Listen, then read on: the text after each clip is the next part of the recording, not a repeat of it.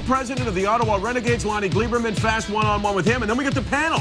Look who's here for the WWE. We got Rob Van Dam. That's right, your favorite wrestler, Michael. Mr. Monday Night, Mr. Thursday Night, Rob Van Dam. I am rolling my eyes, you know. But dude, when you can't do the rolling thunder, I guess you can roll your eyes.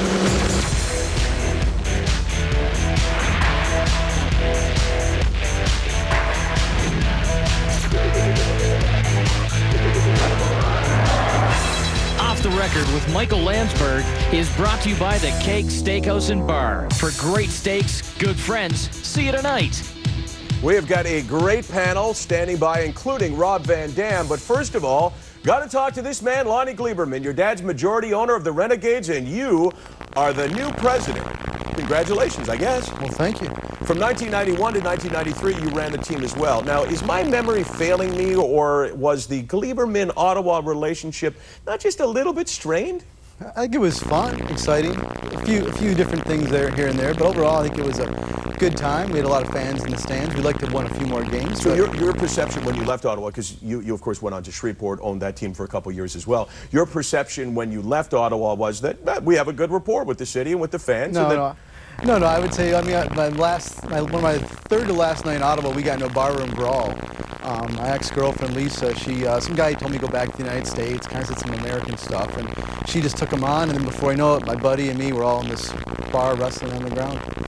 So yeah, it wasn't a welcoming. So why'd you get back in it? I mean, when I heard your name surface, you know, I thought that was good for the Ottawa Renegades in that they obviously needed a new owner. But I'm wondering, you know, why does he want to get back into this? Well, because you want to come back and fix the record, rewrite the history, and go out and win a championship, and you know, fix kind of what was said about you. And rewriting the history, obviously, you can't write what was in the past. The numbers aren't great, right? I mean, as a team, in terms of your record with Ottawa and with Shreveport, overall, I think 21-51. So I wasn't keeping score, but that's maybe what it was. Yeah, okay. and clearly, if I was in your place, I wouldn't keep score either, because the score doesn't look very good. So what did you learn from the first time that you could now apply to this team to encourage Ottawa fans that, hey, we're going to turn this thing around? Well, first thing in Shreveport, we were following the salary cap, which we learned later our competition wasn't. So that would be the first thing, is to do what your competitors are doing versus what the league rules are if the league rules aren't being enforced. Secondly is keep it simple and focused. Recruit the best players, connect with the community, and make it fun. And don't do anything else. Keep it simple. So you jump into a league now that's wrestling with the salary cap thing, right? Because it's clearly not a cap. It's a salary suggestion or guideline. Is that a mistake for the Canadian Football League that just now appears to be getting on good financial footing? Well, I think, you know, the league, when we were in the league, the salary cap idea was great, and that you had one player outside the cap, Billy Joe Tolliver played for us, and everyone else was inside the cap. If it would have been strictly enforced, it was a good idea. The two healthiest sports leagues in North America for fans, players, and owners is the NBA and the NFL. So you brought in Billy Joe Tolliver, which leads me to the next thing. And I got to tell you, this is advice that comes from a guy who's watched the Canadian Football League all his life. My dad, Ron Landsberg, brought me up on the CFL. And one thing you learn is that you can't take Americans just because they're good in America, whether it's a quarterback or whether it's a guy like Forrest Gregg, and put him in a position here. And you will find out quickly that the CFL is very different. Well, it's a different game, but it's still football, and judging talent, which Forrest has great ability to judge talent. We had Joe Munford, Uzo, KK, Fred Childress, three guys that are still stars in the CFL 10 years after we've been gone. So I think Forrest has a great ability to judge talent, and I can tell you, if Billy Joe Tolliver, we had played the third year in Shreveport with Billy Joe Tolliver, you would have seen the championship team with the Shreveport. So what do you think of when people say Forrest Gregg, 71 years of age, was a crappy coach for the Toronto Argonauts in his one season, has been out of football for a decade, and hasn't been involved in the CFL for a long time? What are you thinking when you bring him in as an influential guy? Well, first off, you know, remember Forrest 2 years later takes the Cincinnati Bengals to the championship in the what NFL. League? Okay, but NFL. you said crappy coach. So I want to clear. I said crappy coach in Toronto. Okay, but what was the record of the Toronto Argonauts a year after with Willie Wood? Same problem. They didn't have a quarterback, so they struggled. Because he brought in Tony Adams, and Tony Adams was a guy who could only stand in the pocket, could not roll out, and all of us were looking at the time saying, the guy is coaching an NFL team in Canada, and it doesn't work. I think if you given Forrest Gregg 3 years in Shreveport or 3 years in Toronto, you would have seen championships either place. And the Shreveport Pirates, we were a young team, we were developing. Billy Joe was learning the game, we knew he'd struggle, but long term that team was going to be a championship team with Forrest Gregg as coach. Joe Pow's job safe? Yes, Joe's a great guy, great to work with, a lot of fun, and great players love him. We are going to go to break in a second, but I got to say, you know what? You're a ton of fun because I'm pushing you hard and I'm enjoying that. The question is, should the league come down hard on Roy Shivers for sounding like a WWE audition? And since Hollywood failed to improve on Longest Yard, we toss out our candidates. Who we gonna crush? The gods! Who we gonna kill? The gods! Who we gonna kiss? The gods! Gotcha. Off the Record with Michael Landsberg is brought to you by the Keg Steakhouse and Bar. For great steaks, good friends, see you tonight. What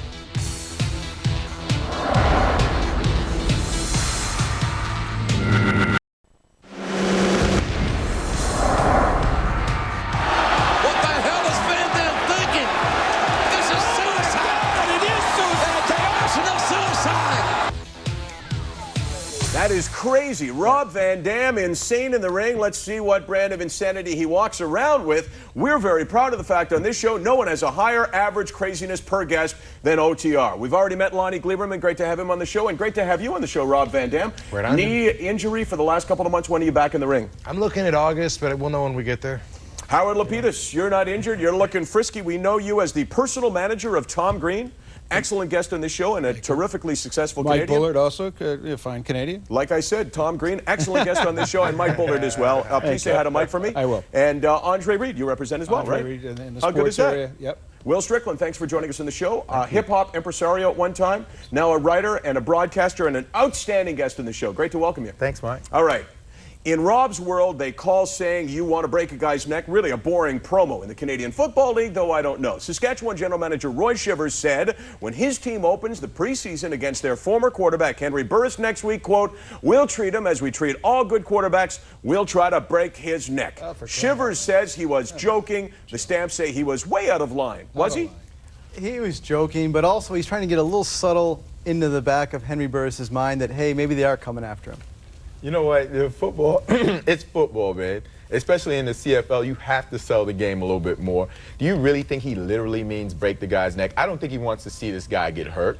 I think he's just trying to do a little intimidation and also laugh. Let's talk about the guys who have had their neck broken. Let's talk about the guys that sit up in the box and you see them and they'll never play again. You know, it's not funny. All right, okay, so now I know things. now we're getting a little more sensitive now because of the Bill Romanowski thing, and now people are going, oh, okay, well, now you what? can't say certain things. You guys don't even say, yeah, you know, we're gonna. I really want to break somebody's neck. You know. Oh, no, we said, I'm going to squeeze your head till it pops like That's what I cherry want to tomato. hear. That's it. Hey, but you know what? That's that form of entertainment. Your form of entertainment, and that's what it is it, you know, it calls for it. Everybody kind of knows what they're getting, and that's what it's about. That's your act. That's what you do, and it's terrific. Roy's in just football, kidding. no. They're taking things too seriously. Of course he's kidding, but it's not funny. It sounds like he's just trying to say, you know, we're going to kick this guy's ass. I mean, I'm not as familiar with the situation before talking about it right now, but it sounds like they feel like he's got something coming to him. My understanding of this person, of Mr. Shivers, is that he's been one of the most outspoken people in CFL history, basically. And for me, it's just something maybe it's for him to get more glow on TV or whatever. I don't know. Hey, personality and fun in the CFL is not all that bad. I like personality. I like fun. I like showmanship. And I like, you know, going out and selling tickets and selling the game. My business is putting asses in the seats with all my clients, however we do it. But you know, there's a way of doing it, and then there's a way of doing it. You know what? They're not playing checkers, man. They're playing football. They're playing so that's football. part of Everybody it. knows they're playing Roy football. Shivers didn't mean it. Roy Shivers said it off the cuff, and somebody wrote it. I'm telling you, he probably said it half-heartedly, and someone just wrote it down, and now we all think it's So serious. if Roy Shivers is Joe Powpow, your coach and general manager, do you take him aside and say, hey, Roy, great for selling tickets. I love the hype. Or do you take him aside and say, Roy, I know you didn't mean it, but you got to tone it down? Well, I think he just basically, Roy was just kidding. And I think the media is taking it way out of proportion. It's just a joke. You know what? I'm loving the fact we're sitting around talking CFL with 4 Americans here today on the show, right? That's Well, right. that's CFL. I mean, I spent the 70s in Ottawa back in the days of the Rough Riders. And back when I actually knew Frank Clair, and glad to see that they named the stadium. You went to school after with Frank Clair, I believe. All right, Yeah, that's I want to ask you this. That's I grew good up in humor. You know, Michigan. I grew up in Michigan, and so the Americans consider me like borderline American. Borderline one, I was going to say. So what do you Americans think of Terrell Owens? Around here, we call Terrell Owens gold. He still won't say whether or not he's going to report to the Eagles if he doesn't get a new contract. He said, and jump in when you feel emotional about this. He said, if I'm one of the top players in the game, pay me like I'm one of the top players in the game. Now we're into my game, you know, I mean, in the television business and in movie business, and that's where we get our clients paid for what they're doing. And if they're putting asses in the seats, we're going to go back and renegotiate. We're going to look at the Seinfeld situation. That's guaranteed. That money is guaranteed. In the NFL, the money's not guaranteed. There are no guaranteed contracts. No guarantee. So if they want to cut, on the Seinfeld set, there was no guarantee on the Friends set. They had to actually say, you know what, we're going to band together, and if we're not getting a piece of this pie, because the pie is that big. You know, how fat can people get? But if you're the people that are doing it, and you know this, if you're putting the asses in the seats, you gotta become a partner. You're doing the lion's share of the work, but you're getting the mouse's share of the pie. But don't go to work. Here's the deal. Terrell Owens came in, had a good season with them, but he had previously had good seasons with the 49ers. He had a great year last year, but nothing that would have needed him to renegotiate his contract. He got paid a lot of money last year, and I totally disagree. Let him sit because. Well, you're going to disagree. You're the president of a team. Absolutely, you're the guy who's cutting the check. But at the end of the day, I understand from a business perspective because, like I was saying earlier. With no guaranteed contracts in the NFL, if no matter who you are, from Jerry Rice, whoever, the best players in the league, they can cut you the next day and you get nothing. So he's looking out for his investment as well. He's like, all right, if I'm one of the top players, pay me like that. He's getting paid like that. That's what I'm missing here. He's already getting paid like one of the top players. He's getting paid, but he wants to negotiate. If he knows that his team is making more money off the jersey revenue and how many people that he's bringing to the stadium. And let's be honest. Sorry, you can ask your question in a second. Let's talk about your team. And you get a guy. I mean, you get X amount of people that are coming every game, and then all of a sudden you get a superstar. Somehow he breaks out, and now all of a sudden you're getting Y. You're getting half of Frank Clair Stadium sometimes, and now you're filling up the place. And then the guy comes in. I'm not talking about the Eagles. I'm talking about you. You're the one that's sticking up for the Eagles. I'm talking about you. I want to know what you'll do. Okay, let's talk about you. If he was Tom Brady making $250,000 a year, Tom Brady. I'd renegotiate. But Terrell Owens has already paid a lot of money. I'm talking about you. Okay. Well, a lot of money in comparison to what? You know what they always disclose? They always disclose what the players are making, but they never say what the owners are making. You know?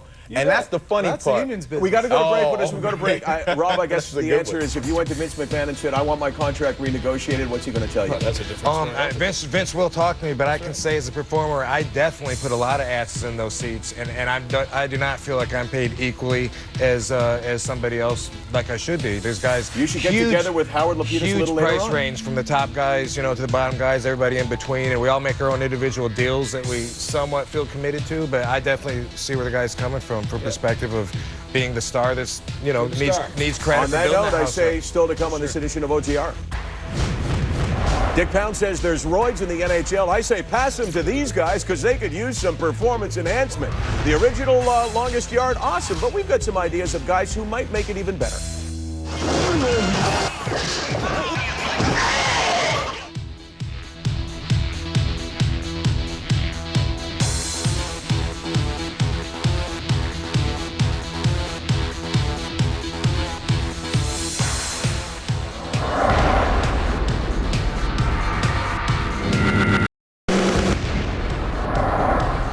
Brittany's back in the news. She says sex has never been better. Now, that ties into today's show in absolutely no way. But let's be honest, who isn't paying attention now? Now that I've got your attention, the IOC's head steroid cop, Dick Pound, says the NHL's got a problem. He said, quote, do you think these guys are all that size because they ate mom's oatmeal porridge? Unquote. The NHL has no policy and no testing, and if you're having a tough time swallowing that, try washing it down with some Sudafeds, which they also allow. Let me ask you this. Yeah. Is there an NHL?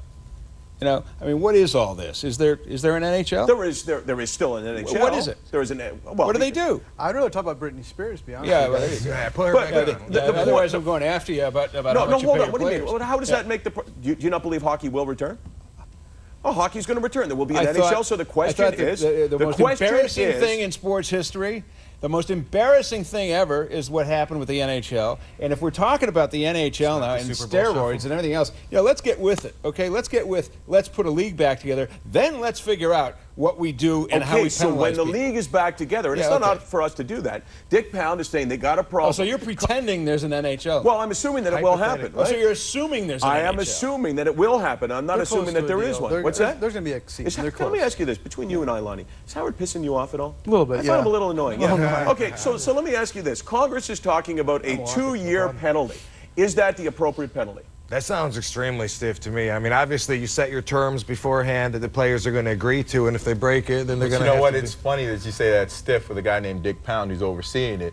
So you just have to bear in mind that the penalty, while it may be stiff, I think it's necessary. What I don't like is having government involved in these private sports Government entities. should not be involved in private business. I don't think they should be at all. Whether it's sports or tiddlywinks, they have more important things to do than worrying about who's pumping. Okay, so let's take the government out of the mix. Should each separate sport have its own That's rules why they have that all live commissioners. by? That's why they have commissioners, and I think we talked about this on the show before. But Congress's point is that if you guys had managed yourself, we wouldn't have to do it. Congress's point. That's not their position, Mike, to come in and police. You know what it is, and I'll tell you why. Because the single most influential thing that can happen to a 15-year-old boy is to find out that Mark McGuire is taking androstenedione. As soon as they see that, they say, I got to take it. So I think Congress does have a responsibility there. The problem is you can't ban it. The problem is you can't stop it. I mean, it's illegal. Oh, geez, what?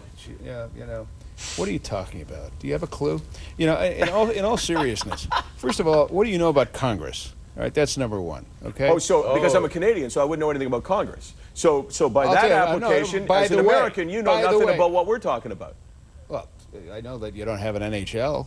I know that there's very few Canadian teams in the NHL, which I think is shameful. I'm on your side, okay? I'm completely. You don't even know what my side is. No, all right, back to steroids. I'm talking back to steroids. Back to steroids, okay? If Congress is going to get involved in that, like they are doing, like they want to do, like this particular government that's in power right now wants to do, they're getting involved in media and scaring the hell out of everybody in the media. You know, this is bigger than just steroids in sports. It really is. It's a shame, and they shouldn't be involved. It's ridiculous that they're involved. They got to get the hell out of there. And let everybody either go with the laws. So let's ask this question. Let's go back to law, okay? Let's ask this question then. They back off, but they say 2-year penalty. That's what the IOC has. If you're an Olympic athlete and you test positive first time, it's 2 years.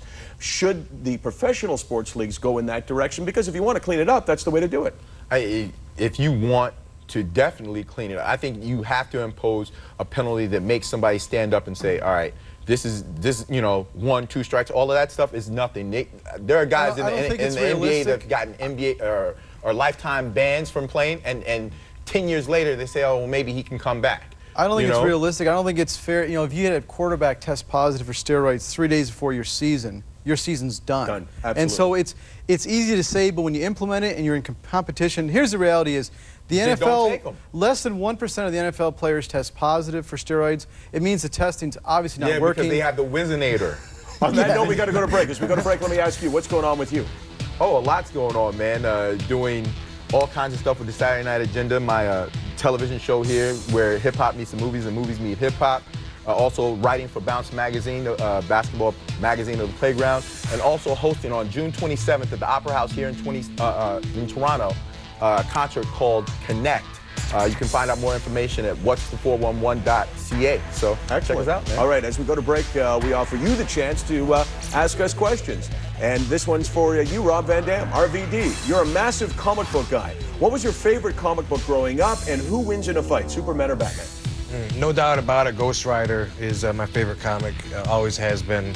Biggest Ghost Rider fan in the world. I have a whole room in my house of Ghost Rider memorabilia. And come on, Superman would kick Batman's ass. On that note, more OTR. What do we say?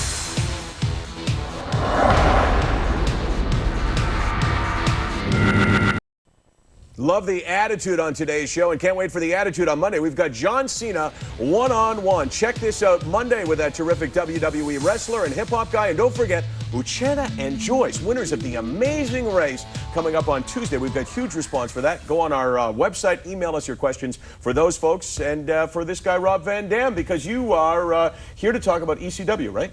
June 12th, ECW pay-per-view One Night Stand. Vince McMahon owns basically all of the wrestling business right now, but ECW, the Rebel group, is going to be separated just for one night to show how we do it. Hardcore, no rules, excellent. And you're the king of ECW. So You're one of the guys that made that so special. Good seeing you, Rob. There's a reason why. And take a look for this man's one-on-one coming up later on Off the Record. What's going on with you, Howard? In town in Toronto with Tom Green. And TomGreen.com, you can find out everything we're doing. Of course, the Walk of Fame Awards airing live on Sunday and then on CTV on Monday. And Tom Green, you find this out at TomGreen.com because he's my client and we love him. He's doing a rap tour. He rapped on this show. he's done that. He was terrific. Will you He'll bring be- him back to Off the Record? Yeah, there'll be a time. Drop There him will off. be. You don't have to come up. Oh, okay. All right. Yeah, thanks. Saw the new longest yard. There's no credibility at all. Sandler, to me, is not a quarterback or a criminal, although I did feel violated when I saw Mr. Deeds. So we thought, with all those athletes in prison, why couldn't they find better guys? You need a runner. Why not Jamal Lewis? He can run inside and out, and he's comfortable in his cell and on the cell, apparently. Up front, how about the big Nate Newton? He got nailed with 213 pounds of pot. How good's the team party going to be there? Don't forget, for pass rush, we know Lonnie can get us a line on Dexter Manley, right? You guys are keeping in touch. And with all the talent, you need a PR guy. Here's your man. Just keep up with those policies. Booze and hookers. It's the best. If you can, keep me out of trouble. You got it, big man. All right. That was the PR video. Obviously, they got the PR man in a whole lot of trouble. I can see that. Oh, that's the video. From Yeah, the that's 49ers a guy. segment from that. I was talking about Dexter Manley. It just came to mind. Do you regret bringing him to the Ottawa Roughriders?